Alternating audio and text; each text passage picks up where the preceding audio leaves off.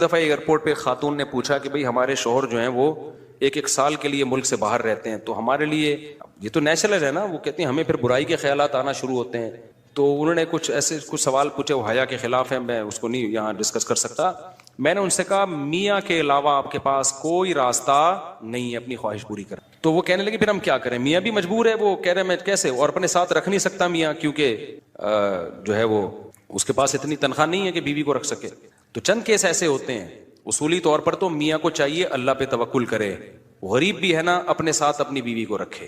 کوئی بات نہیں، میاں بیوی دونوں روکھی سوکھی مل کے کھا لیں گے، کم پہ گزارا کر لیں گے. جو بیویوں کو چھوڑ کے ایک سال دو سال کے لیے باہر جاتے ہیں، یہ شریعت میں بالکل پسندیدہ نہیں ہے. اللہ نے بیوی کو صاحبہ کہا ہے، ساتھ رہنے والی. مجھے وزیر آباد میں 1 مہینہ رہنا تھا، یہ بات ہوگی 2006 یا 2007 کی. انہوں نے کہا کہ 1 مہینہ آپ نے یہاں اسٹے کرنا ہے. بیانات کے سلسلے میں نا مسجد 1 مہینے کے لیے میرے حوالے کی تھی. تو میں نے کہا بھائی میں تو بیگم کے بغیر 1 مہینہ نہیں رہ سکتا. بچے بھی تھے میرے، تو میں نے کہا 1 مہینہ میں نہیں رہ سکتا، مجھے بیگم بچے چاہیے، ان کا بھی ٹکٹ دو تو میں یہاں رہوں گا ورنہ نہیں رہوں گا. تو انہوں نے پھر بیگم بچوں کا بھی ٹکٹ دیا. وہ گھر والوں کے ساتھ رہ لیتے ہیں آدمی تمیز سے، ورنہ بیگم کے بغیر ہمارے لیے تو بڑا مشکل ہے اتنا لمبا عرصہ رہنا. مجبوری میں رہنا پڑتا ہے تو ایک الگ بات ہے، لیکن ہے مشکل کام. چاہے کتنے بھی آدمی کے میاں بیوی میں جھگڑے ہو نا، نہیں رہ سکتا بھائی. تو 1 سال کے لیے پتہ نہیں کیسے رہ لیتے ہیں لوگ بیگم کے بغیر. ٹھیک ہے ان کی مجبوری ہوتی ہے، میں مانتا ہوں، لیکن اس میں کوشش کرو اللہ پہ توکل کرو. بیگم روکھی سوکھی کھا لیں گے، لیکن اللہ میاں نے بیگم کو صاحبہ کہا ہے قرآن میں. صاحبہ کا مطلب ساتھ رہنے والی. صاحبہ کا کیا مطلب ہے؟ ساتھ رہنے والی. تو اس کا مطلب جب شادی ہو گئی تو وہ پھل ترو کی طرح تمہارے ساتھ چپک گئی ہے. پھول ترو کی طرح اس لیے کہہ رہا ہوں کہ لوگ پسند نہیں کرتے، لیکن اللہ نے اس کو آپ کے ساتھ کیا کر دیا ہے، اب جہاں جاؤ گے بیگم صاحبہ ساتھ ہوں گی. شارٹ ٹائم کے لیے جانا ایک الگ بات ہے، لانگ ٹائم کے لیے جانا ہے تو بیگم آپ کے ساتھ اللہ نے بولو چپکا دیے. وہ خود بھی گناہ سے بچے گی، تم بھی گناہ سے بچو گے. تو اس لیے یہ طریقہ ٹھیک نہیں ہے سال کے لیے میاں بیوی کا دور رہنا. اور پھر خواتین بھی پریشان ہوتی ہیں. تو گناہ کسی کے لیے بھی حلال نہیں ہے. میں نے اس خاتون سے کہا کہ 1 سال آپ کا شوہر باہر ہے، کیا اس کے لیے حلال ہے گناہ کرنا وہاں پہ؟ جب اس کے لیے حلال نہیں ہے تو آپ کے لیے بھی حلال نہیں. تو اللہ میاں نے صرف یہی رکھا ہے کہ ایک دوسرے کی خواہش پوری کر سکتے ہیں میاں بیوی، اس کے علاوہ ان کے پاس کوئی آپشن نہیں ہے. تو اب پھر بھی نہیں آ رہا میاں، تو میں نے ان خاتون کو یہ کہا کہ اپنے آپ کو بزی رکھیں. آپ کیا رکھیں بھائی؟ کوئی پازیٹیو ایکٹیویٹیز میں اپنے آپ کو کھپا دیں. ایسی موویز تو ویسے بھی ٹھیک نہیں ہے دیکھنا، خاص طور پہ فحش موویز دیکھنا اور ٹک ٹاک پہ صبح و شام بے حیائی. تو جب یہ انسان کی عادت ہے، جب وہ اپنے آپ کو کسی پازیٹیو کام میں لگا دیتا ہے نا، تو چند دن پھر یہ جھٹکے لگیں گے، اس کے بعد انسان نارمل. کئی لوگ ہیں جو 1 سال گھر سے باہر رہتے ہیں، مجبوری میں بیویاں بھی رہتی ہیں، وہ گناہ نہیں کرتے. وجہ کیا ہے کہ وہ سوچتے ہی نہیں نا اس بارے میں، وہ اپنے آپ کو بزی رکھتے ہیں، مصروف رکھتے ہیں. تبلیغی جماعت میں سال کے لیے لوگ جاتے ہیں. میں تو اس کو صحیح نہیں سمجھتا، بیگم کو، جوان بیوی کو چھوڑ کر جاؤ آپ. لیکن بہرحال جو جاتے ہیں تو وہ گناہ تھوڑی کرتے ہیں، بچے رہتے ہیں، کیونکہ وہ ایک خاص ترتیب میں اپنے آپ کو جوڑ چکے ہوتے ہیں. بہرحال یہ نہیں ہے اس کو. تبلیغ جماعت میں سال کے لیے جا رہے ہو، اگر شادی شدہ ہو بیگم کو بھی لے کے جاؤ ساتھ میں. ہم تو یہی کہتے ہیں تبلیغ والوں سے بھی، بھائی اگر سال کے لیے جا رہے ہو نا، تو یہ زمانہ بہت خطرناک زمانہ ہے. حضرت عمر نے جہاد میں نہیں چھوڑا تھا، تو یا اس کے لیے جو ہے وہ ایجڈ ہو گئی ہے، بوڑھی ہو گئی ہے، ایک الگ بات ہے. لیکن آج کل بہت مسائل کھڑے ہونے کا خطرہ ہوتا ہے. لوگ کہتے ہیں نہیں فلاں سال کے لیے گیا کوئی مسئلہ نہیں ہوا. بھائی مسئلہ ہونے پر حکم کا مدار نہیں ہے، فتنے پر حکم کا مدار ہے، خوف پر. بے پردگی جب ہوتی ہے تو لازمی زنا نہیں ہوتا، لیکن زنا کا خطرہ ہوتا ہے. تو خطرے کی بیس پہ شریعت نے عورت کو پردے کا حکم دیا ہے، سمجھ رہے ہو؟ تو آپ اپنی بیگم کو 1 سال کے لیے، جوان بیوی ہے، اس کو چھوڑ کے چلے گئے، تو ضروری نہیں کہ وہ برائی میں لگے، لیکن برائی کا خطرہ ہے نا. تو خطروں کی بیس پہ احکام دیے ہیں شریعت نے. برائی کا یقین ہو پھر تو بالکل ہی حرام ہے. تو خطرے کی بیس ہے، خطرہ اس بات کا. اس لیے اتنا لمبا بیگم کو چھوڑ کے جانا ٹھیک. اور میں آپ سے بتاتا ہوں، دیکھو جس کو بیوی کے حقوق دینے ہو نا، اپنی بیٹی کو سامنے رکھ کے سوچ لے. آپ یہ چاہتے ہو کہ آپ کی بچی کی شادی ہو اور داماد اس کو 1 سال کے لیے چھوڑ کے چلا جائے، تو آپ اپنی بیٹی کے لیے پسند کرو گے اس بات کو؟ تو جو اپنے کے لیے پسند نہیں کر رہے، دوسروں کی بیٹیوں کے لیے کیوں پسند کر رہے ہو اس بات کو؟ بھائی یہ تو غلط ہے نا. تو اس لیے یہ اچھے لوگوں کی علامت نہیں ہے. ہاں تبلیغ میں اللہ کے لیے قربانی دے رہے ہوتے ہیں، لیکن بیگم کو بھی لے جاؤ یار. سمجھتے ہو کہ نہیں سمجھتے؟ یا پھر شادی کے بغیر پہلے سال لگا لو، شادی کی ہے تو پھر بیگم کو ساتھ لے کے جاؤ. تو بڑے مسائل کھڑے ہونے کا خطرہ ہوتا ہے آج کل. تو اس لیے اس میں جب، اور اگر نہیں ہے، کوئی صورت نہیں بن رہی ہے، تو پھر اپنے آپ کو مثبت ایکٹیویٹیز میں اتنا کھپا دو. تو میں آپ کو گارنٹی سے کہتا ہوں چند دن، چند مہینوں کے بعد آپ کے دماغ سے وہ خیالات نکل جائیں گے. تو آپ مصروف کر دو گے اپنے آپ کو، لیکن اس بیس پہ آپ کے لیے کوئی بھی گناہ حلال نہیں ہے، گناہ حلال نہیں ہوگا آپ کے لیے۔ اچھا بھائی، طاہر شمیر رحیم یار خان انٹرچینج سے جب بھی گزر ہو میرے پاس کھانا کھا کے جائے۔ ٹھیک ہے انشاءاللہ، صلو علی الحبیب، چلیں کبھی گزریں گے تو۔ لیکن وہی ہے، کسی سے ملاقات نہیں کروانی، سیدھا کھانا رکھ دینا ہے، اصرار نہیں کرنا، ہماری مرضی، کھانا کھائیں نہیں کھائیں، نکل لیے پھر ٹھیک ہے۔ ایسی دعوت ہمیں بہت اچھی لگتی ہے۔ دیکھو مجھے وہ مہمان اچھا لگتا ہے جو بے تکلف ہو۔ آپ سمجھتے ہو نا میری اس پوری تقریر سے کہ میں لوگوں سے ملنا نہیں چاہتا، ایسا نہیں ہے۔ بے تکلف آدمی مجھے پسند ہے۔ میرے پاس 3 دن بھی لوگ ٹھہر کے جاتے ہیں جو میرے رشتہ دار نہیں ہیں، لیکن یہ وہ لوگ ہیں۔ کیسے لوگ ہیں؟ ابھی پشاور سے میرے پرانے دوست آئے ملنے کے لیے، آئے، میں نے کہا السلام علیکم، کیا حال ہے، سب سیٹ چل رہا ہے، الحمدللہ۔ اس کے بعد پتہ نہیں میں بھول گیا، وہ خود ہی جا کے کھانا کھا رہے ہیں۔ میں تو مصروف آدمی ہوں بھائی، خود ہی کھانا کھا رہے ہیں، لیکن برا نہیں محسوس کر رہے۔ پھر جب مجھے ٹائم ملتا ان کو بلا لیتا، آ جاؤ یار بیٹھتے ہیں، جا بھائی چائے بنا کے لاؤ، بھائی ان کو بھی پلاؤ مجھے بھی پلاؤ۔ پھر کھانے کے ٹائم پہ مجھے یاد آیا، ارے وہ آئے ہوئے ہیں، میں نے کہا آپ بھی آ جاؤ کھانا کھا لو۔ انہوں نے کھانا کھا لیا، صحیح ہے نا۔ پھر بھول گیا میں کہاں گئے، پتہ نہیں کہاں گئے۔ پھر اگلے دن مجھے یاد آیا، اڑے بندہ آیا ہوا ہے بھائی، لیکن وہ ناراض نہیں ہو رہا۔ پھر میں آیا، جب میں فارغ ہوا میں نے کہا آ جاؤ یار، میں نے فلاں جگہ جانا ہے بیان کے لیے، آپ بھی میرے ساتھ ہی گاڑی میں آ جاؤ۔ اپنے ساتھ گاڑی میں بٹھایا، لے گئے ان کو، بیان کیا، گھمائے، پھر آیا اپنے ساتھ ہی واپس لے۔ پھر بھول گیا میں، پتہ نہیں بندہ گیا کہاں پہ۔ تو وہ ناراض نہیں ہوئے، 3 دن اسی طرح ہم نے ہنسی خوشی گزارے۔ اس کے بعد وہ نکل لیے، انہوں نے کہا میں پشاور پہنچ چکا ہوں۔ میں نے کہا یار کوئی میری طرف سے کوتاہی ہو گئی، معاف کر دینا۔ کہہ رہے کہنا تو یہ چاہیے تھا، بدتمیزی کی انتہا کر دیا آپ نے، لیکن وہ خوش تھا۔ تو ایسے بندے 100 دفعہ ہیں۔ میں نے تو ایک کمرہ اسپیشل مہمانوں کے لیے بنایا ہوا ہے، واش روم کے ساتھ، کہ مہمان آئیں اسٹے کریں یہاں پہ۔ لیکن وہ مہمان جو تکلف والا نہ ہو کہ جی پوچھا نہیں مجھے ناشتے میں مفتی صاحب نے، بھائی ہماری بہت ٹینشن ہے، ابھی یہ تجھے پوچھیں گے تو ہم تو گھر والوں کو کون پوچھے گا۔ ہاں کوئی بہت میرے ٹیچر آ جائے نا، استاذ آ جائے، معزز مہمان، کوئی بہت ہی اپر لیول کا، میرے ٹیچر آ جائیں، میرا چاچو آ جائے، وہ چاچو تو میرے بیچارے انتقال ہو گیا، میرے ماموں آ جائیں، تو ان کے ساتھ یہ سلوک نہیں ہوگا۔ اپنی شرمگاہ کی حفاظت، یہ چیز بھی آپ کو کافروں میں نہیں ملے گی۔ آپ نے دیکھے ہندو بھگوان کی خاطر برائی سے بچ جائیں، نظر کی حفاظت کریں، زنا سے بچ جائیں، شاید کوئی لاکھوں میں کوئی ایک ہو۔ انگریزوں میں تو جو عیسائی ہیں، یہ پورا امریکہ یورپ تو کرسچینٹی ہے نا، یہ تو کرسچن ہے، اپنے آپ کو منہ سے بولتے بھی ہم کرسچن ہیں۔ کیا انہیں معلوم نہیں ہے کہ حضرت عیسیٰ علیہ السلام نے زنا کو حرام قرار دیا ہے؟ لیکن کیا بچتے ہیں؟ تو اللہ سے ریلیشن کے بغیر آدمی زنا سے بچ نہیں سکتا ہے۔ وہی بچے گا جس کے دل میں اللہ کا خوف ہو۔ اللہ کے خوف کے علاوہ کوئی ایسی پاورفل موٹیویشن اب تک ایجاد ہی نہیں ہوئی ہے جو مرد کو زنا سے روک دے۔ کوئی موٹیویشن ایسی ہے ہی نہیں، کیونکہ زنا بہت زیادہ انسان پہ اس کا غلبہ ہوتا ہے، اس سے بچنا بہت مشکل ہے۔ کیسے روکے گا کوئی ڈاکٹر آپ کو؟ کیسے روکے گا؟ اس سے صحت خراب ہوگی، اس طرح روکے گا آپ کو؟ وہ کہے گا اس سے خاندانی نظام تباہ ہو جائے گا، تو اگلا کہے گا میرے کرنے سے کیا نظام تباہ ہوگا؟ تو پوری دنیا جب زنا چھوڑے گی تو نظام بحال ہوگا نا، میرے اکیلے سے کیا ہوتا ہے؟ وہ آپ کو کہیں گے اس سے ایڈز پھیلتا ہے، تو لوگ کہیں گے ٹھیک ہے ہم ایڈز کی جو بچنے کی تدابیر اختیار کر لیں گے۔ کوئی آپ سے کہے گا کہ جی آپ کا پیسہ اس سے برباد ہو جائے گا، تو آدمی کہے گا ایک دفعہ کر لیتا ہوں، جب برباد ہونے لگے گا تو نہیں کروں گا۔ ہر چیز کا شیطان جواب آپ کو دے دے گا۔ اس کے لیے سوائے اللہ سے ریلیشن کے کہ آپ کو کس کا خوف ہو؟ اللہ کا۔ وہ آگ میں ڈالے گا اگر میں نے زنا کیا، وہ آگ میں ڈالے، وہ برباد کر دے گا زندگی میری۔ زانی کو آخرت میں سزا بعد میں ملتی ہے، دنیا میں سزا پہلے۔ دنیا کی سزا پتہ ہے کیا زانی کی؟ اس کی فیملی لائف کی ایسی کی تیسی، اس کے دل میں بیوی کی محبت نہیں بلکہ بیوی بوجھ لگتی ہے اس کو۔ آپ سوچو جس کو اپنی بیوی بوجھ لگنا شروع ہو جائے اس کو گھر میں کیا مزہ آئے گا۔ شادی شدہ آدمی سفر میں جاتا ہے، گھر میں بھاگنے کی اس کو جلدی ہوتی ہے، اس سے میاں بیوی کا ریلیشن بنتا ہے، پھر اولاد کا ماں باپ سے ریلیشن بنتا ہے، تو اس کے ایک جس کو ہندی میں کہتے ہیں نا پریوار ہوتا ہے، خاندان ہوتا ہے۔ بعض الفاظ ہندی کے بڑے اچھے ہیں، وہ پریوار کا لفظ نا بڑا ایک اٹریکٹیو سا لفظ لگتا ہے، اس لیے میں بار بار پریوار لے کر آتا ہوں۔ تو ایک پورا آپ کا کیا ہوتا ہے؟ ایک خاندان آباد ہو۔ عورت کو شوہر پہ اعتماد ہوتا ہے، کیونکہ یہ جو شوہر 2 نمبر ہوتے ہیں یہ بالآخر پکڑے جاتے ہیں، یہ ہو نہیں سکتا کہ پکڑے نہ جائیں، یہ کہیں نہ کہیں پکڑے جاتے ہیں۔ عورت کو پتہ چل جاتا ہے کہ اس کا ریلیشن ہے، اور پھر عورت کے دل میں شوہر کی 2 ٹکے کی حیثیت نہیں۔ بعض دفعہ تو یہ ہوتا ہے کہ عورت شوہر کی قدر کرنا چھوڑتی ہے، ٹائم پاس کرتی ہے، اور بعض دفعہ خود بھی وہ بد کردار بن جاتی ہے۔ وہ کہتی ہے جب تمہارے تعلقات ہو سکتے تو ہمارے کیوں نہیں ہو سکتے؟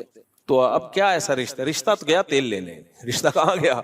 بولو تیل لینے. تو جب رشتہ تیل لینے گیا تو اس کا نقصان کیا ہوگا کہ زانی جو زنا کر کے جو تھوڑی دیر کی خوشی ہوتی ہے وہ تو حاصل ہوتی ہے، لیکن جو ایک کنٹینیوسلی ایک خوشی انسان کو گھر میں بیوی بچوں کی محبت سے، اور پھر وہ بڑھاپے میں دادا دادی نانا نانی، یہ ساری جو ایک مستقل خوشی ہے، یہ ہمیشہ کے لیے اس سے کیا ہو جاتا ہے؟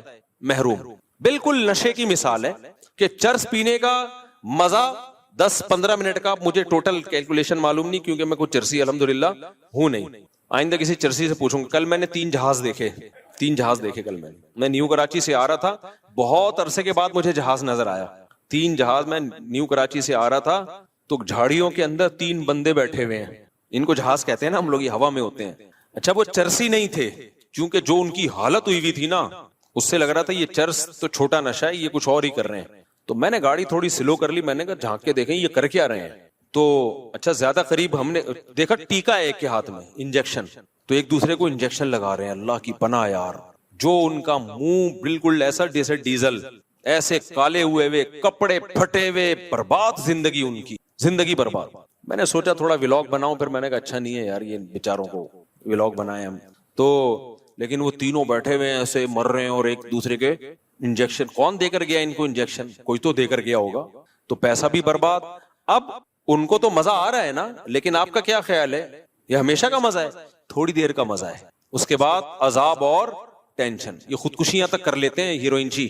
تو میرے بھائی زنا کا بھی ایسا ہی ہے، تھوڑی دیر کا مزہ ہے، لیکن جو نیچرل مزہ تھا، آپ کا گھر بار آباد ہو، محبتیں ہوں، میاں بیوی کا ریلیشن، عورت کو شوہر پہ اعتماد، شوہر کو بیوی پہ اعتماد، یہ لبرل لوگوں میں یہ سب اعتماد کی ایسی کی تیسی. میں تو ایسے ایسے حالات جانتا ہوں جو سیکولر لبرل، نام نہاد لبرل ہے نا، جو بڑے براڈ مائنڈڈ بنتے ہیں کہ یہ ہم ملاؤں کو نہیں مانتے، یہ ملا کے، ایسے ان کے حالات ہوتے ہیں. بڑی لبرل سی ایک انٹی سے شادی کر لی، کسی پہ میں الزام نہیں لگا رہا، چپ رکھ رہے ہوتے ہیں ان کے پرسوں میں بیگم کے، کہ یہ جو کہہ کے جا رہی ہے کہ میں طارق روڈ مارکیٹ میں شاپنگ کرنے جا رہی ہوں، تو لوکیشن سے ہم ٹریس کریں گے کہ یہ جا بھی وہاں رہی ہے.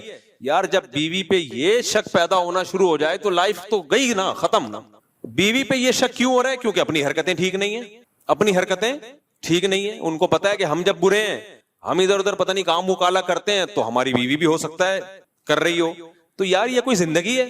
سوچو. ہے عورت کو شوہر پہ اعتماد نہیں ہے کہ پتہ نہیں یہ جمشید کا نمبر ہی ہے یا جمشیدہ ہے یہ، اور مرد کو بیوی پہ اعتماد نہیں ہے کہ پتہ نہیں یہ سلطانہ ہے یا اصل میں اوریجنل سلطان نہ ہو کہیں ہے.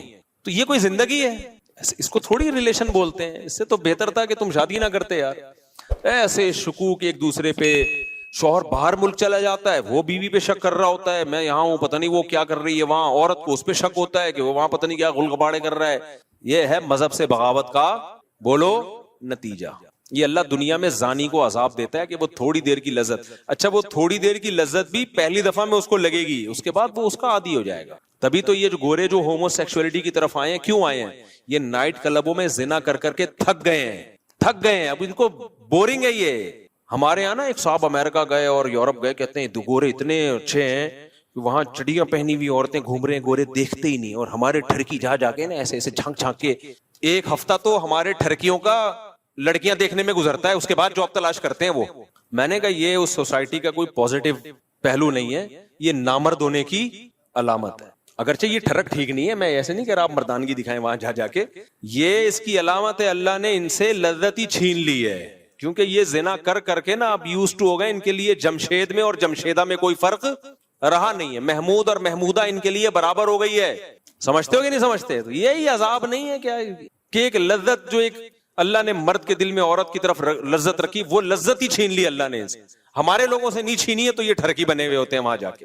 ہاں اللہ نے یہ بولا ہے کہ یہ کام مت کرو بھائی، نظر کی حفاظت کرو، اور ایک حلال طریقے سے جو نکاح کا طریقہ اللہ نے رکھا ہے. تو زانی جو زنا کرنے والا ہے اس کو آخرت میں تو بہت سخت سزا ہے، وہ تو جہنم کی آگ ہے. حضرت جبریل کو نبی نے دیکھا نا معراج میں، تو نبی صلی اللہ علیہ وسلم نے دیکھا کہ کچھ لوگ ننگے مرد اور ننگی برہنہ عورتوں کو آگ میں جلایا جا رہا ہے، اور وہ آگ کے شعلوں کے ساتھ اوپر آتے ہیں. تو آپ نے جبریل سے پوچھا یہ کون ہے؟ جبریل نے فرمایا یہ آپ کی امت کے زنا کرنے والے مرد اور زنا کرنے والی عورتیں. انہی مرد اور عورتوں کو ایک ساتھ اللہ نے ڈالا ہے، جلو اس عذاب کو دیکھو. اللہ ہم سب کو اس عذاب سے محفوظ رکھے. تو زنا ہلکا عذاب نہیں، آخرت کا عذاب بھی بہت سخت ہے. لیکن دنیا میں زانی کو کیا سزا ملتی ہے؟ اس کی جو خاندانی جو گھر کی لائف ہے اس کی ایسی کی تیسی. پھر جب بچوں کو پتا چلتا ہے ہمارا باپ ایسا، بچوں کے دل میں بھی باپ کی کوئی عزت نہیں رہتی. وہ باپ کو بھی جمشید سمجھتے ہیں، ڈیڈی پاپا واپا سب ختم، ابا ابو بزرگی سب ختم. تو اس لیے میں تبھی تو آپ لوگ کو 4 شادیوں پہ سیٹ کر رہا ہوں. زنا کی طرف مت جاؤ بھائی، خاندان بڑھاؤ، اولاد ملے گی حلال اولاد. انگریزوں کے اولاد بھی حلال نہیں ہے، وہ بھی زنا کی پیداوار ہے. تبھی ان میں اتنے سیپریشن کے واقعات ہیں. میں نے گورے کا انٹرویو لیا کسی یورپ میں نے کہا آپ کے فادر کیا کر رہے ہیں؟ انہوں نے کہا فادر پتہ نہیں کدھر ہے. اپنے پھر فادر کو گالیاں دینے لگا. وہ میں نے کہا یار اسٹائل ہے بھائی. تو کیونکہ وہ فادر جو تھا نا وہ اس کی ماں کو چھوڑ کر کہیں اور منہ کالا کرنا شروع کر دیا تھا اس نے، پھر اس کو چھوڑ کے کہیں اور منہ کالا کرنا شروع کر دیا. تو اولاد کو ایسے فادر سے محبت ہوگی؟ کہاں ہوگی محبت. تو خیر، تو اس لیے اللہ نے کیا فرمایا کہ جو ایمان والے لوگ ہیں الا علی ازواجہم او ما ملکت ایمانہم، باندیاں کا نظام ختم ہو گیا. اب صرف کیا ہے بھائی؟ الا علی ازواجہم، ایمان والا اپنی زوجہ کے علاوہ کہیں اور نہیں جاتا. اچھا دیکھو، اللہ یہ بھی کہہ سکتے تھے کہ ایمان والے لوگ اپنی زوجہ کے پاس جاتے ہیں، یہ اسٹائل بھی ہو سکتا تھا نا، لیکن اللہ نے یہ انداز نہیں اختیار کیا، بلکہ اللہ نے کہا کہ یہ لوگ اپنی شہوت کو کہیں بھی پورا نہیں کرتے سوائے بیوی کے. یہ انداز کیوں اللہ نے رکھا؟ تاکہ فحش فلمیں دیکھنے والے بھی سمجھ جائیں کہ یہ بھی کیا ہے، بولو حرام ہے، اور ہینڈ پریکٹس کرنے والے بھی سمجھ جائیں کہ یہ عمل بھی کیا ہے، حرام ہے، یہ ناجائز ہے، جائز عمل نہیں ہے. جو لڑکوں سے بدفعلی کرتے ہیں وہ بھی سمجھ جائیں کہ یہ عمل بھی کیا ہے، بولو حرام. بد نظری سے اپنی خواہش پوری کرنا وہ عمل بھی کیا ہے. تصور میں کسی غیر عورت کا تصور، بعض نوجوان بتاتے ہیں ہم لیٹتے ہیں تو پھر فلم چلاتے ہیں دماغ میں، اس کی فلم پوری چلا کے اس سے لذت حاصل کر رہے ہوتے ہیں. بھائی یہ بھی ناجائز اور یہ بھی حرام. تو اللہ نے صرف اور اللہ نے کہا اپنی خواہشات کو کہیں بھی پورا نہیں کرتے سوائے بیوی کی. تو جب مسلمان پہ اتنی پابندیاں، اتنی ریسٹرکشنز ہوں، بیویوں کی تعداد زیادہ ہونا تو بنتا ہے نا میرے بھائی، کیا خیال ہے؟ پھر اتنے پروٹوکول تو مسلمان مرد کو ملنا چاہیے نا. ایک انگریز مسلمان ہوا، جرمنی کا تھا میرا خیال ہے، اتنی بڑی داڑھی اس کی، جامعۃ الرشید میں آتا تھا. اب جب مسلمان ہوا ہے، جرمنی میں کتنی عیاشی آپ کو بتائے. مسلمان ہوا تو پھر یہاں گلشن اقبال میں کوئی لڑکی مسلمان کوئی لڑکی تھی، اس سے پھر اس کی شادی ہوئی. بڑا ماشاءاللہ داڑھی واڑی اور بڑا نیک انگریز تھا وہ. میں ملا اس سے، گپ شپ لگائی تو مجھے کہتا ہے میں تو کروں گا 4 شادی. اس سے یہ ہو رہا تھا کہ میری بیوی نہیں کرنے دے رہی، حالانکہ وہ مسلمان ہے، پاکستانی مسلمان ہے. پھر وہ یہی کہنے لگا یار ہم نے جب اتنی عیاشی چھوڑ دی اسلام کے لیے، ہم نے اتنی بڑی قربان، اور صحت بھی ایسی اس گورے کی. آپ جرمن تو ویسے ہی دیکھا ہوگا نا آپ نے، کیسے ہائٹ ہوتی ہے ان کی، اتنے چماٹ مارے تو بندہ گر جائے. تو ایک دم غصہ ہو گیا میرے سامنے بیٹھے بیٹھے. میں نے کہا بھائی میں نے تھوڑی روکا ہے تجھے، اس کی بیوی اس کو روک رہی تھی تو اس پہ غصہ ہو رہا تھا. ہم یہ ایسے کر رہا تھا انگلش میں نا، انگلش بھی جانتا تھا وہ، جرمن تھا یا پتہ نہیں فرانس کا تھا، بھی مجھے پورا یاد نہیں ہے، واقعہ بھی 15-20 سال پرانا ہے. تو پھر بھائی وہ تو پھر مسلمان کا اتنا تو بنتا ہے نا.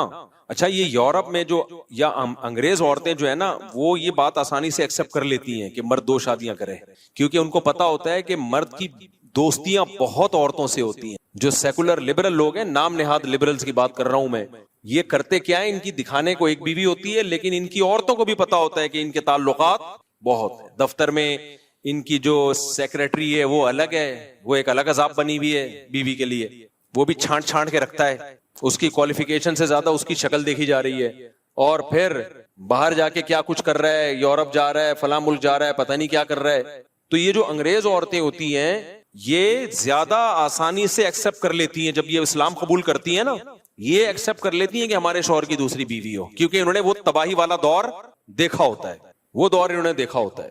تو ہماری عورتوں کو نے کیونکہ دیکھا نہیں ہے نا وہ، ان کو اس لیے اسلام کی قدر نہیں ہے. تو اللہ نے کیا فرمایا بھائی، اللہ نے فرمایا الا علی ازواجہم، مسلمان مرد کے پاس اپنی زوجہ کے علاوہ کوئی آپشن نہیں ہے.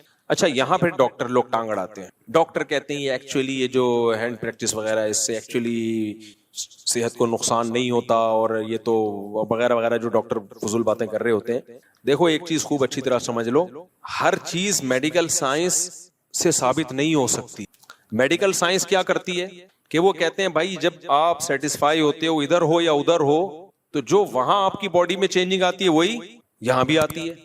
یعنی وہ تو اس کو بالکل ایک سمپل اس پر لے کے جا رہے ہوتے ہیں، لیکن حقیقت یہ ہے اس سے میڈیکلی بھی آپ کو نقصان ہوتا ہے، کیونکہ مینٹلی آپ ڈسٹرب ہوتے ہو. اللہ نے جو کام نیچر کبھی غلطی کرتی ہے، مجھے ایک بات بتاؤ، فطرت کبھی 2 نمبری کرتی ہے؟ تو اللہ نے مرد کو عورت کے لیے، عورت کو مرد کے لیے پیدا کیا ہے. اگر یہ خواہش آپ کی ہاتھ کے ذریعے یا کسی اور طریقے سے پوری ہوگی تو یہ ہو نہیں سکتا کہ آپ ذہنی طور پر آپ ڈسٹرب نہ ہو. یہ ہو نہیں سکتا، یہ ناممکن ہے. اللہ نے ہمارے لیے دودھ کو پیدا کیا ہے یا چرس کو پیدا کیا ہے؟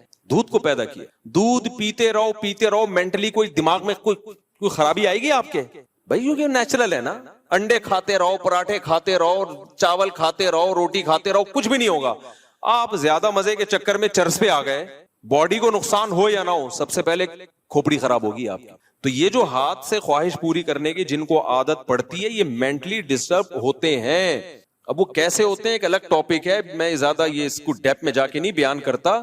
ان کی شادی شدہ لائف بہرحال متاثر ہوتی ہے، یہ ہو نہیں سکتا کہ وہ متاثر نہ ہو. اب لوگ کہہ رہے ہوتے ہیں کہ مثالیں دے رہے ہوتے ہیں، فلاں کو اس کی عادت تھی لیکن شادی شدہ لائف میں کوئی متاثر نہیں ہوا. بھائی وہ یہ تو جب ہوگا جب کمپیئر کر کے دیکھو کہ جو یہ کام نہیں کرتے ان کی شادی شدہ لائف اور جو کرتے رہے ان کی لائف، دونوں میں بڑا فرق ہوگا. آپ کمپیئر کیسے کرو گے؟ تو جب انسان مینٹلی کسی اور جگہ اپنے آپ کو سیٹ کر لیتا ہے تو اس کو اس سیٹنگ سے نکلنے میں ٹائم لگتا ہے بہت زیادہ. میرے پاس کتنے نوجوان آئے ہیں جن کو عادت ہو گئی تھی، بہت زیادہ عادت ہو گئی، تو وہ اتنے ڈسٹرب ہوئے، وہ کہہ رہے ہیں ہم اسی کام میں سیٹسفائی زیادہ ہوتے ہیں. تو یہ خود ایک آپ کے یہ اس کی علامت ہے کہ آپ کی جو دماغی صحت ہے وہ بری طرح متاثر ہوئی ہے اس سے.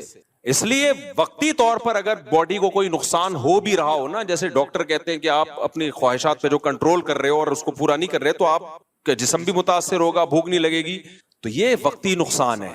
یہ شادی کے بعد یہ سارے سائیڈ افیکٹ ختم ہو جائیں گے. لیکن اگر غلط طریقے پہ سیٹ ہو گئے نا تو وقتی طور پہ یقیناً کچھ فائدے حاصل ہو سکتے ہیں، لیکن دائمی طور پہ اس کے نقصانات ہوں گے. اور سب سے بڑی بات یہ یار، ایک چیز میں اگر فائدہ ہو بھی صحت کو بالفرض، لیکن جب ہمارے لیے وہ اللہ نے حرام قرار دے دیا تو بس مسلمان کے لیے یہ نقصان کافی ہے. یہ نقصان کافی ہے مسلمان کے لیے. صحابہ نے شراب کے بارے میں نبی سے پوچھا تھا.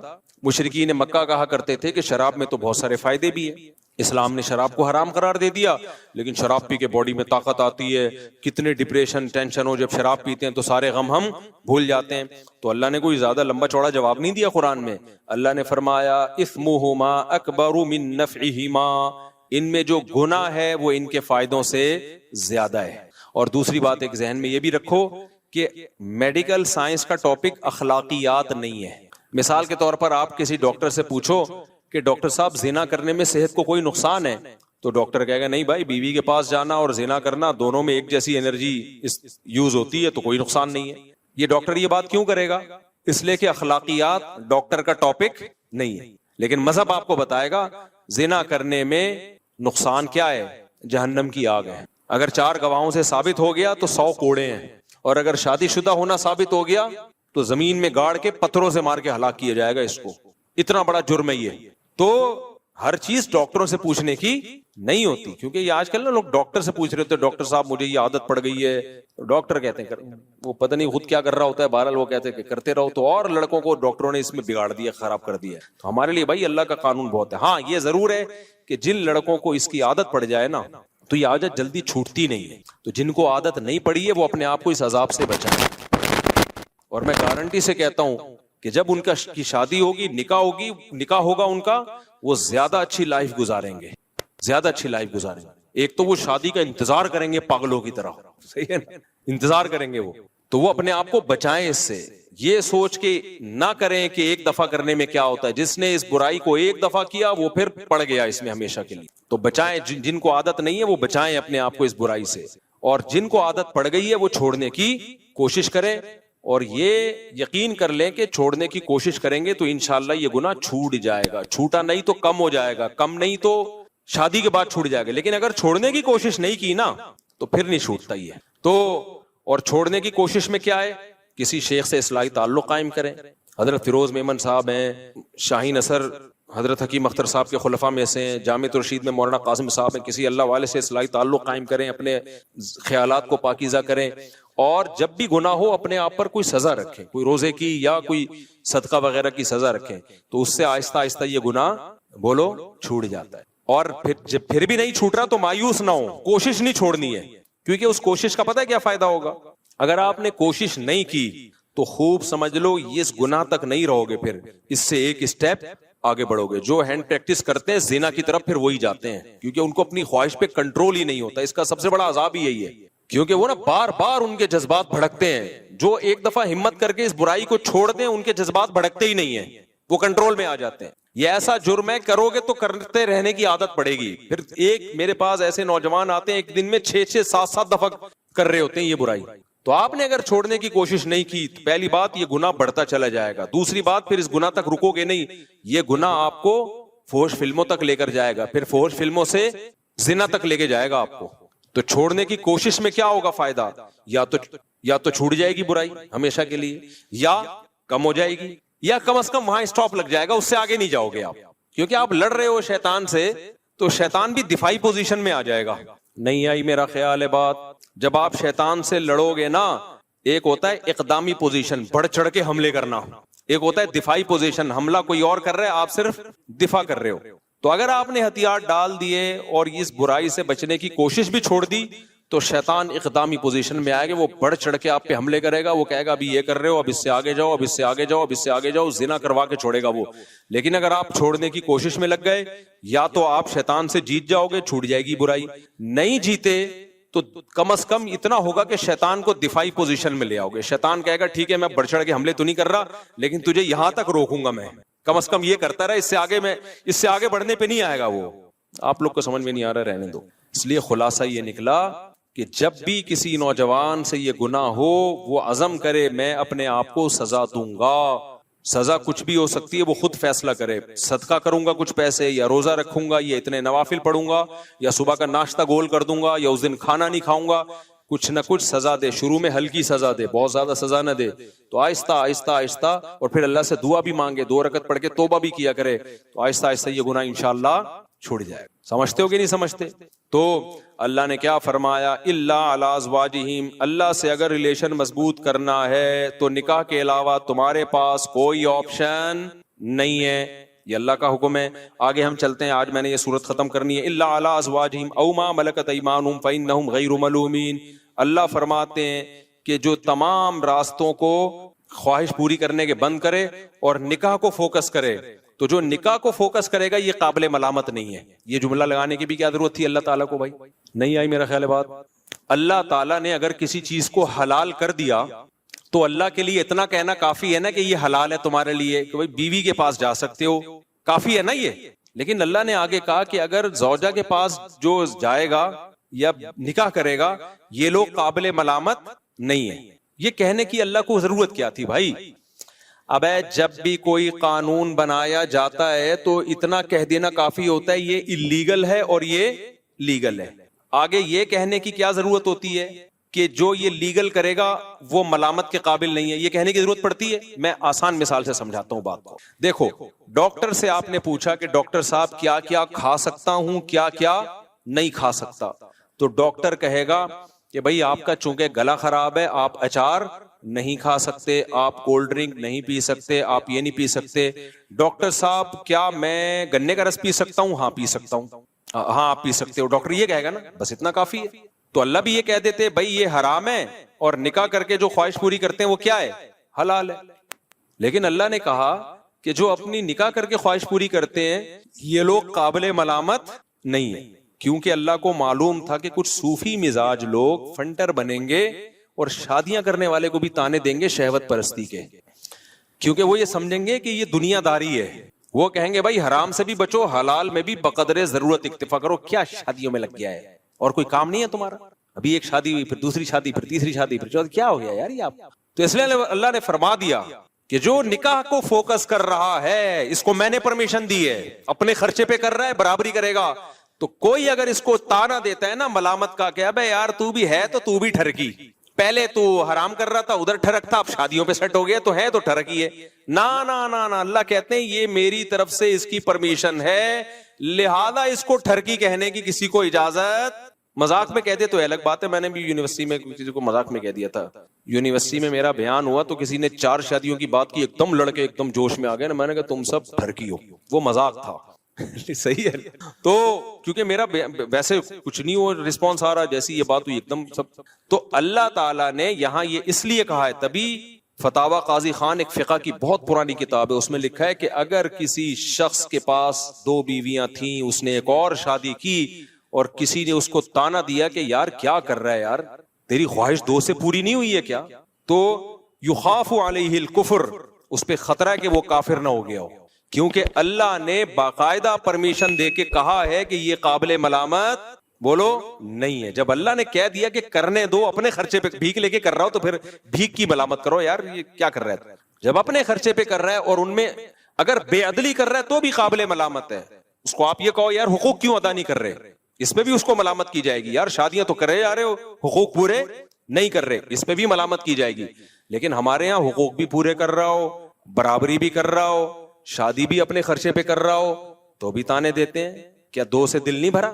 میں نے جب 2 کی تھی نا، جب میری تیسری ہوئی ہے، تو میرے قریبی ریلیٹیو ہیں، مجھ سے بڑے بھی ہیں، احترام بھی ہے ان کا میرے دل میں، تو میرا خیال تھا ملیں گے، ویل ڈن ماشاءاللہ۔ ایسے مجھے دیکھا انہوں نے، کیا ہو گیا 2 سے دل نہیں بھرا تھا کیا؟ ایسے مجھے انہوں نے کہا کہ میں عزیز تھوڑی دیر کے لیے مجھے شوق لگا، میں بہت شرمندہ ہوا کہ یار میں شاید کوئی غلط آدمی ہوں۔ ایسا انہوں نے مجھے طنز کیا نا، کیا پھر کر لی، ایسا طنز کیا، مجھے تھوڑی دیر کے لیے لگا کہ میں کوئی سوسائٹی میں نیک یا شریف آدمی نہیں ہوں، مجھے ایسا محسوس سا ہوا، اتنی مضبوط لہجے میں انہوں نے ڈانٹا مجھے۔ تو پھر میں نے سوچا یار اللہ نے کہا ہے فَإِنَّهُمْ غَيْرُ مَلُومِينَ، اللہ کہہ رہے ہیں، اللہ تھپکی دے رہے ہیں، کوئی بات نہیں، کوئی بات، ٹھیک کیا، کوئی مسئلہ نہیں، حقوق پورے کر رہے ہو تو کیا کیا ہے، ٹھیک کیا ہے۔ تو یہ میں نہیں کہہ رہا میرے بھائی، یہ اللہ کہہ رہا ہے کہ اگر کوئی شادی کر رہا ہے اپنے خرچے پہ کر رہا ہے، لڑکی والوں کو دھوکہ بھی نہیں دے رہا، اس میں پہلی والیوں کے ساتھ برابر کا سلوک بھی کر رہا ہے، اور تیسری کو گھر بھی الگ لے کے دے رہا ہے، اسی کے ساتھ ٹھونس نہیں رہا پہلی کے ساتھ، کیونکہ یہ سب چیزیں لوگ خیال نہیں کر رہے ہوتے، ادھر ہی ٹھونس دیتے ہیں، راتوں گزارنے میں بھی برابری کر رہا ہے اور حقوق بھی پورے کر رہا ہے۔ تو اللہ کہہ رہے ہیں کوئی بات نہیں، تمہیں تیسری پہ تانا مل رہا ہے، میری طرف سے تمہیں اجازت ہے چوتھی بھی کر سکتے۔ تو اللہ نے مجھے خصوصی پرمیشن دی ہے، اس کے بعد پھر میں چوتھی کی طرف آیا، ورنہ جس طرح سے انہوں نے مجھے تانا دیا تھا نا، میں ایک دم شوق ہو گیا تھا، کیونکہ لوگ مبارکباد دے رہے تھے اور وہ آ کے انہوں نے کہا کہ 2 سے دماغ نہیں پھر کر لی۔ تو اب تو خاندان کے بڑے تھے وہ، تو ان کی بات کو میں سیریس بھی لیتا تھا، تو اس لیے میں تو شوق میں چلا گیا تھوڑی دیر۔ پھر میں نے سوچا یار میں اتنا لوگوں کو موٹیویٹ کرتا ہوں، جب میں شوق میں چلا گیا تو جو ایک عام آدمی ہے جس کے پاس اتنے دلائل نہیں ہیں، اس کی تو بیزارے کو سوسائٹی میں منہ دکھانے کے قابل نہیں رہتا ہوگا، وہ اس کو تو لوگ تانے دے دے کے مار دیں گے اس کو، تو اس لیے پھر مجھے ڈھیٹ بننا پڑا۔ تو یہ قرآن کی آیت کو میں اس لیے ایکسپلین کر رہا ہوں کہ بھائی حلال اگر کوئی کر رہا ہے تو وہ قابل ملامت نہیں ہے۔ اور اسی سے اور بھی آگے چلو، یہ ہر حلال کے بارے میں، اگر کوئی اپنے خرچے پہ نلی نہاری کھا رہا ہے، اس میں مغز ڈال رہا ہے اور اس میں نیمبو نچوڑ کے مزے کا بنا رہا ہے، حرام ہے حلال ہے، حلال ہے، اس کو بھی تانا دینا نہیں بنتا، حلال ہے بھائی، چوری کے پیسوں سے تھوڑی کھا رہا ہے۔ اگر کوئی اپنے پیسوں سے لگژری گھر بنائے، ایئر کنڈیشن لگائے، لان بنائے، اس میں اللہ نے اس کو پیسہ دیا، سوئمنگ پول بھی بنا لے، تو چاہے یہ کام مفتی کرے، مولوی کرے، عامی آدمی کرے، قابل ملامت نہیں۔ ہاں جب چندے کے پیسوں سے کر رہا ہو، حرام کر رہا ہو، وہ تو پھر تو کوئی بھی کرے ناجائز ہے۔ اگر کسی کا اپنا بزنس ہے میرے بھائی، اللہ نے اس کو دولت دی ہے، وہ کرے۔ کچھ لوگوں کو اس پہ اعتراض ہوتا ہے یہ بزنس کلاس میں مولانا لوگ سفر کیوں کرتے ہیں؟ بھائی اگر اپنے پیسوں سے بزنس کلاس میں سفر کر رہا ہے تو اللہ نے پیسہ دیا خرچ کرنے کے لیے، بچانے کے لیے نہیں دیا، تو قابل ملامت نہیں ہے۔ یا کسی نے اس کو انوائٹ کیا اور اس نے مہمان کے اکرام میں بزنس کلاس کا ٹکٹ کرا دیا، تو بھی قابل ملامت نہیں ہے۔ یہ لوگ ملامتیں کر رہے ہوتے ہیں جیلس ہو کے کر رہے ہوتے ہیں۔ دیکھو اللہ نے، ہاں یہاں لوگ ایک سوال کرتے ہیں ہمارے نبی کی زندگی تو اتنی سادہ تھی، آپ تو گدھے پہ سواری فرمایا کرتے تھے، آپ صلی اللہ علیہ وسلم کا تو گھر اتنا سادہ تھا۔ اس کا جواب میں دے چکا ہوں کہ ہمارے نبی کی طبیعت اللہ نے ایسی بنائی تھی کہ آپ کو دنیا کی طرف طبعی رغبت تھی نہیں، تو جس کی طبیعت ہی ایسی ہو تو وہ نہ کرے، لیکن نارمل لوگوں کی طبیعت ایسی نہیں ہوتی۔ ہمارے پاس سلیمان علیہ السلام کی مثال ہے نا، حضرت سلیمان علیہ السلام بھی تو اللہ کے پیغمبر تھے، حضرت عثمان بھی تو اللہ کے نبی کے چہیتے صحابی تھے، آپ کی تو بڑی زبردست لائف تھی، بے تحاشا دولت تھی حضرت عثمان کے پاس، 400 اونٹ حضرت عثمان کے ایک ٹائم پہ مدینہ میں تجارتی مال لے کے آتے تھے، مدینہ کی زمین ہلتی تھی، پتہ چلتا تھا کسی تاجر کا مال آ رہا ہے، اتنا پیسہ اللہ نے دیا تھا حضرت عثمان کو۔ تو ہمارے پاس مثالیں ملتی ہیں پیسے والوں کی بھی اور پیسے نہ والوں کی بھی۔ تو غربت میں آپ غربت پہ راضی رہیں، دولت، میرے شیخ جو حضرت مفتی رشید احمد صاحب تھے، تہجد میں 5 پارے پڑھنے کا معمول، اور اتنا اللہ کا خوف تھا، جو پرانے لوگ ہیں جانتے ہیں کتنے بڑے پرہیزگار تھے، اور دنیا کی محبت زیرو تھی، لیکن لائف لگژری تھی بھائی ان کی. لائف کیا تھی؟ پگڑی اتنی مہنگی پہنتے تھے, کرتا ایسا سفید چمکتا ہوا, بہت مہنگا کرتا تھا. گھڑی 1985 میں 60,000 کی گھڑی لی تھی انہوں نے. اس وقت 60,000, آج سوچ لو کتنے لاکھ کی پلاٹینم کی گھڑی تھی, بہترین. وہ ان کی لگژری. گاڑی ایسی تھی کویت کے شہزادے سے خریدی تھی. سوچ لو کیا گاڑی ہوگی. ہم جب گاڑی میں بیٹھتے تھے کبھی کبھار ہمارا دل ہی نہیں کرتا تھا, ہم کیونکہ رکشے سے آتے تھے مدرسے, اور ان کی کبھی گاڑی میں بیٹھے تو اترنے کا دل نہیں کرتا تھا. تو لیکن دنیا کی محبت الگ چیز ہے, دنیا کی نعمتوں کا استعمال کرنا الگ چیز ہے میرے. خوراک بھی ان کی خاندانی تھی. خوراک میں سیب, بادام, انڈے, یہ ان کی خوراک تھی. اب اگر کوئی اور ان کے بارے میں مجھے یہ بتاتا تو میں سوچتا شاید وہ بزرگ نہیں تھے, دنیا پرست تھے. لیکن ہم نے تو بھائی ان کی صحبت میں کئی سال گزارے ہیں.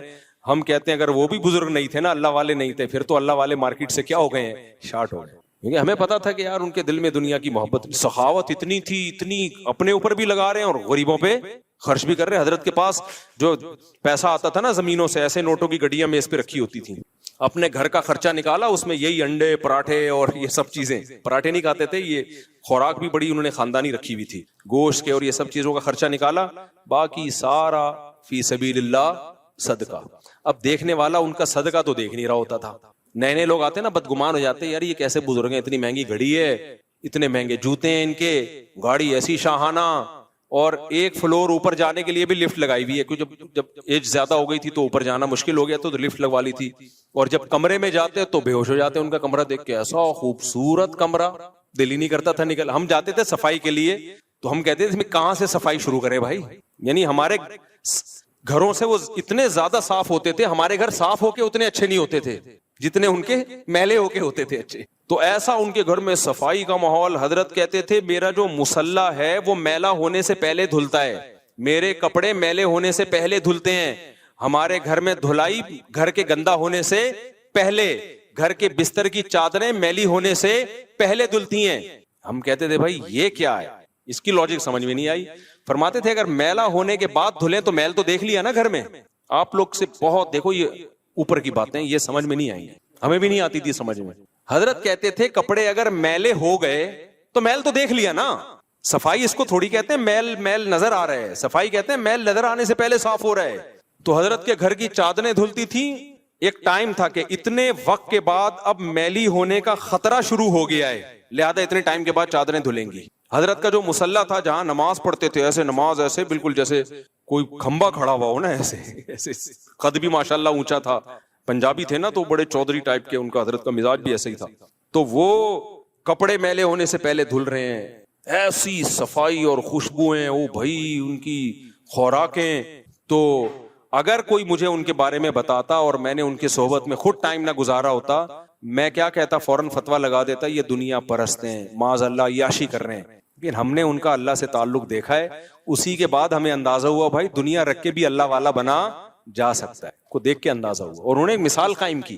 تو اس لیے, اور اگر تم چاہتے ہو کہ نبی جیسی ہی زندگی ہو تو پھر تو میرے بھائی جو ہماری زندگی ہے, پھر تو غریب کی زندگی بھی بڑی لگژری ہے. پھر تو ایک کمرے کا چھوٹا سا کچا مٹی کا گھر بناؤ. پھر تو جن علماء کے پکے گھر ہیں نا, چاہے کرائے پہ ہوں, وہ بھی غلط کر رہے ہیں. پھر تو اکانومی کلاس میں سفر بھی غلط ہے. پھر تو پیدل جاؤ گدھے پہ بیٹھ کے, اور جو کی روٹی کھاؤ وہ بھی ایک ٹائم.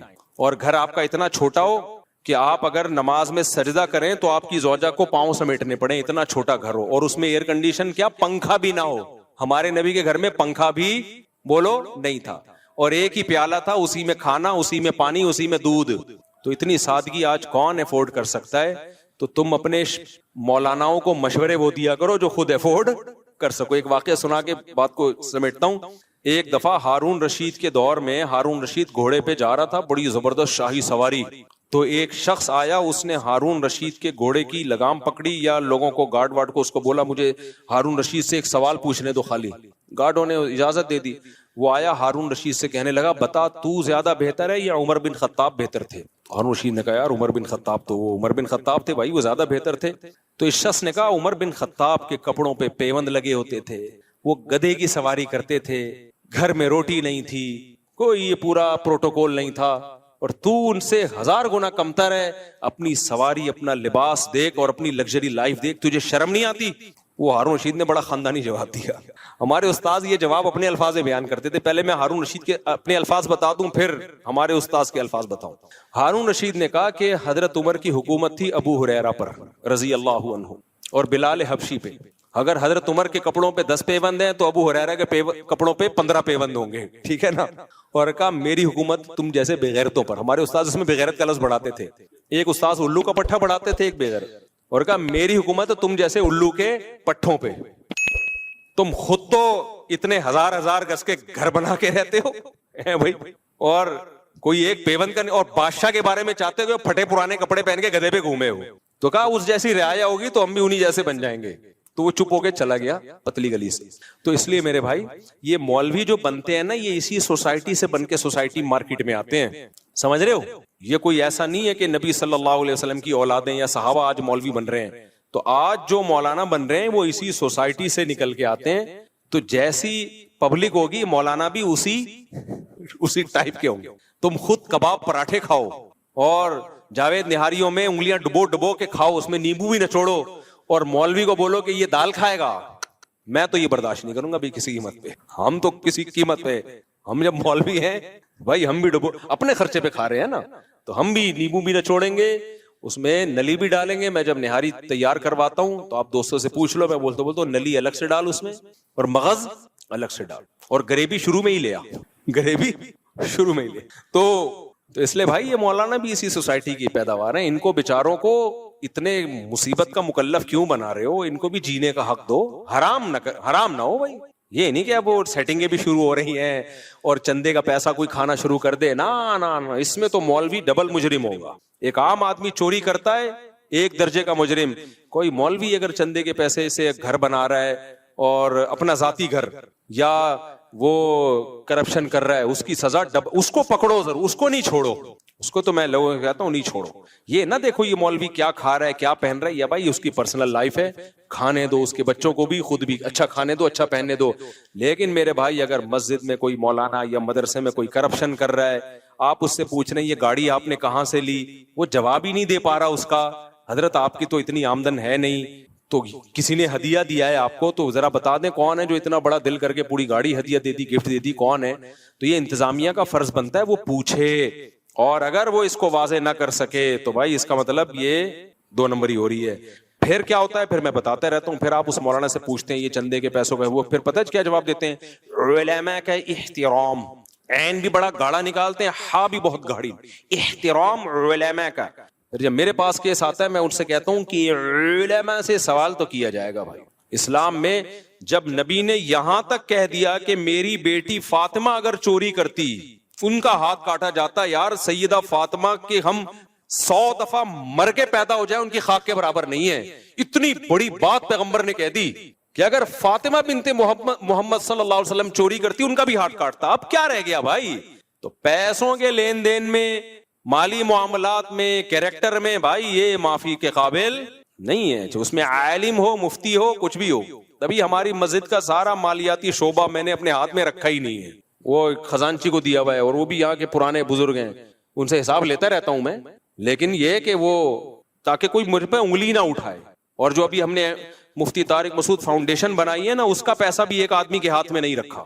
میں چاہتا سارا آ رہا ہے میرے اکاؤنٹ میں, اپنے پاس رکھتا. میں بدگمانیاں ہوتی, انگلیاں اٹھتی. بھائی ایک آدمی نہیں ہے, پوری ایک ٹیم بنا دی ہے کہ سب کے صلاح مشورے سے یہ پیسہ خرچ ہوگا, اور ایک آدمی کی انڈیویجول رائے اس میں نہیں چلے گی. تو یہ سب چیزیں مسجد کا امام ہو, مدرسے کا ہو, سب کو کرنا پڑے گا. کیونکہ بعض لوگ بڑے اس میں فراڈی ہوتے ہیں. میں نہیں کہہ رہا امام اور محتمم فراڈی ہوتے ہیں, نہ, فراڈی لوگ بھی مدرسے کے محتمم بن جاتے ہیں, بعض دفعہ فراڈی لوگ بھی مسجد کے امام بن جاتے ہیں. تو اس میں پھر علماء اور احترام یہ ہوا نہیں چلے گی. ان سے بولو بھائی سسٹم میں سب آئیں گے, پورا حساب ہوگا, اور ایک آدمی کے پاس یہ اتنی بڑی مالیاتی نظام ہونا نہیں چاہیے. ایک آدمی کے پاس نہیں ہو, یہ آپ کتنے ہی نیک ہیں پھر بھی نہیں ہوگا. کیونکہ نبی صلی اللہ علیہ وسلم نے ہمیں بدگمانی کے مواقع فراہم کرنے سے بھی منع کیا ہے. دیکھو آپ صلی اللہ علیہ وسلم اپنی ایک زوجہ کے ساتھ اندھیرے میں کھڑے ہوئے تھے, ایک صحابی گزرے, آپ نے ان صحابی کو بلا کے کہا یہ میری زوجہ ہے. ان صحابی نے کہا یا رسول اللہ میں تھوڑی آپ پہ شک کروں گا. لیکن نبی نے ان کو شک کا جو شیطان کو جو وسوسے کا موقع تھا وہ بھی کیا کر دیا, دور. تو یار پیغمبر اپنے بارے میں وضاحتی بیان دے رہے ہیں کہ بھائی یہ میری زوجہ ہے, یہ نہ مت سمجھ لینا کوئی نامحرم عورت ہے. تو جب پیغمبر اپنے بارے میں وضاحتی بیان دے رہے ہیں تو مدرسے کا محتمم یا مسجد کا امام اس سے کیوں نہیں پوچھا جائے گا جناب یہ اتنا پیسہ آ رہا ہے آپ تو کوئی حساب ہی نہیں دیتے؟ وہ بندے آتے ہیں نوٹوں کی گڈی پکڑائی اور پتلی گلی سے نکل لی ہے، یا آپ کو ذاتی کوئی ہدیہ دے رہا ہو، آپ جانے وہ جانے، یہ کیا ہے؟ تو مسجد کا ہے، یہ مدرسے کا ہے، تو آپ نے ٹیم ہونی چاہیے۔ اچھا بعض لوگ ٹیم کو بٹھاتے ہیں، وہ ٹیم کا کام بس سائن کرنا ہوتا ہے، اس کو کوئی پوچھنے والا اس سے نہیں ہے، اس کو ایک بس آڈٹ کرنے کے لیے اکاؤنٹنٹ کو وہ بیوقوف بنانے کے لیے بٹھایا ہوا ہوتا ہے۔ تو یہ اس کی شریعت میں اجازت، ان چیزوں پہ اعتراض کرو، نہاری پہ اعتراض مت کرو، بزنس کلاس میں سفر کر رہا ہے اس پہ اعتراض مت کرو، کوئی گاڑی میں گھوم رہا ہے اس پہ اعتراض مت کرو، یہ اعتراض بنتا نہیں ہے، پھر گدھے پہ لانا پڑے گا اس کو، کیونکہ اس سے پہلے پھر وہ تو سائیکل پہ بھی جائے گا، تو نبی کے دور میں تو بھائی سائیکل بھی نہیں تھی، لوگ گدھے پہ سواری کرتے تھے، تو پھر تو بہت ہی آپ کو اس زمانے کے حساب سے تو پھر کوئی تقوی کوئی اختیار کر ہی نہیں سکتا۔ تو شریعت کا ایک سیدھا سادہ اصول ہے بھائی، اللہ نے کہہ دیا لِمَ تُحَرِّمُ مَا أَحَلَّ اللَّهُ لَكَ، 28واں پارہ، کہ جو چیز اللہ نے حلال کی ہے اسے دنیا میں کوئی حرام نہیں کر سکتا۔ تو حلال جب پراٹھا بھی حلال ہے، 2 انڈے کھائیں 3 انڈے کھائیں، نہاری بھی حلال ہے، مرغی کی بوٹیاں بھی کیا ہے، لیگ پیس بھی کیا ہے حلال ہے، اور تفریح کے لیے سوئٹزرلینڈ جانا بھی کیا ہے حلال ہے، کشتی میں گھومنا بھی کیا ہے، جتنے کام میں نے کیے نا سارے بتا رہا ہوں میں۔ امریکہ میں اوپن سی میں گھومنا بھی کیا ہے حلال ہے، اگر کوئی گھوم رہا ہے، سوئمنگ بھی کیا ہے حلال ہے، ہارس رائڈنگ بھی کیا ہے بھائی حلال ہے۔ تو ان چیزوں پہ اعتراض کر کے اپنا ٹائم ضائع مت کرو، میری صحت پہ اس سے کوئی فرق نہیں پڑتا، صحیح ہے نا؟ میں پھر بھی یہ کام جو اللہ نے جتنی مجھے توفیق دی ہے میں کروں گا، چندے کے پیسوں سے نہیں کروں گا، بس یہ آپ کو بتا دوں۔ تو خلاصہ، آج بھی صورت ختم نہیں ہوئی، ٹائم ہمارا پورا ہو گیا۔ خلاصہ یہی نکلا کہ اللہ سے ریلیشن کے لیے 2 کام کرنے پڑیں گے، ایک نماز کی پابندی اور ایک اپنی خواہشات کو حلال تک محدود رکھنا، بد نظری سے حفاظت، زنا سے حفاظت، یہ دونوں کام کیے بغیر اللہ پھر آپ کے ریلیشن کو ریلیشن مانتا نہیں۔ آج کیا ہو رہا ہے، لوگ ایسے کچھ رسومات بس پوری کر رہے ہوتے ہیں، ربیع الاول میں کر لیں گے، کچھ محرم میں کر لیں گے، کچھ قرآن خوانیاں کر لیں گے، اور سمجھتے ہیں کہ بس ہم تو بڑا مذہبی گھرانہ ہے ہمارا۔ مذہبی گھرانہ اس کو نہیں کہتے، مذہبی گھرانہ 9:15 پہ نماز ہے، بس ٹائم تو ہو گیا، کافی ہو گیا۔ تو اللہ تعالی ہمیں سمجھنے کی، عمل کرنے کی توفیق عطا فرمائے۔ اللہ علی ازواجہم او ما ملکت فإنہم غیر مؤمنون فمن ابتغى وراء ذلك فأولئک هم العادون۔ آگے پھر آیت میں نے اگلے ہفتے آگے سے شروع کرنی ہے، دوبارہ یہ نہ ریپیٹ کر دوں میں۔ والذین هم لأماناتہم وعہدہم راعون، یہ مجھے یاد دلانا اگلے ہفتے یہاں سے شروع کرنا ہے کہ ایمان والوں کی ایک اور علامت ہے ایگریمنٹ کی پابندی، جو زبان ہے اس کے پکے ہوتے ہیں۔ آج یہ بھی ایک بہت بڑا عذاب ہماری سوسائٹی میں آ گیا کہ مسلمان کی زبان ایک ہے ہی نہیں۔ آپ ٹھیکیدار کو پیسے دے دو ایڈوانس میں، رلا دے گا، آپ کا گھر نہیں بنا کے دے گا۔ آپ بولو گے قبر بنا دے یار، وہ سستے میں بن جائے گی، گھر رہنے دے، اتنا رولائے گا نا وہ، ایڈوانس پیسے پکڑا دو آپ۔ امریکہ یورپ میں یہ ہوتا ہے کہ اگر آپ نے ایڈوانس پیسے دے دیے نا، وہ سارے کام کو چھوڑ کے سب سے پہلے آپ کا کام کرے گا۔ وہاں ملکوں میں، جاپان میں یہی ہے، وہاں لوگ بتاتے ہیں کہ ہمیں جب کوئی کام جلدی کرانا ہوتا ہے ہم ایڈوانس میں سارے پیسے پکڑا دیتے ہیں، پھر وہ لوگ ایگریمنٹ کی پابندی کرتے ہیں، ان کی تربیت ہوئی ہوئی ہے اس بارے میں، وہ سارے کام چھوڑے گا، پہلے آپ کے کام کرے گا۔ ہمارے ہاں اگر آپ نے اچھے اخلاق کا مظاہرہ کرتے ہوئے کسی کو ایڈوانس میں پیسے پکڑا دیے، ہمارے ایک سعودی دوست تھے، انہوں نے یہاں ڈیفنس میں بزنس کرنا تھا، ہوٹل کھولنا تھا، ان کو سعودی عرب کا تجربہ تھا کہ یار ایڈوانس میں پیسے دو تو فوراً بن جاتا ہے۔ انہوں نے ادھر ڈیفنس میں ہوٹل کے ایڈوانس میں پیسے ٹھیکیدار کو پکڑا دیے، اب تک رو رہا ہے وہ بندہ، 3 سال ہو گئے۔ میں نے کہا ہوٹل تو گیا تیل لینے، تمہارے پیسے واپس مل جائیں نا، جس دن تمہارے پیسے واپس مل جائیں تو بول دینا کہ مفتی صاحب بیان میں غلط بیانی سے کام لیتے ہیں، پیسے بھی واپس نہیں ملیں گے۔ بولے مفتی صاحب کو تو معلومات ہے ہی نہیں، اتنا نیک آدمی، اس نے پیسے واپس کر دیے۔ تو میں نے کہا پیسے بھی گئے، ہوٹل بھی گیا۔ تو یہ ایگریمنٹ ہمارے یہاں ماشاءاللہ یہ چل رہا ہے۔ مسلمان ایگریمنٹ کا پکا ہوتا ہے بھائی، اس کے بغیر اللہ آپ کے دین اور مذہب کو اللہ مانتا نہیں ہے۔ تو چند رسومات کا نام نہیں ہے اسلام، یہ اخلاقی جب تک اوصاف میرے اور آپ کے اندر پیدا نہیں ہوں گے اس وقت تک اللہ ہمیں اپنا ماننے کے لیے تیار نہیں۔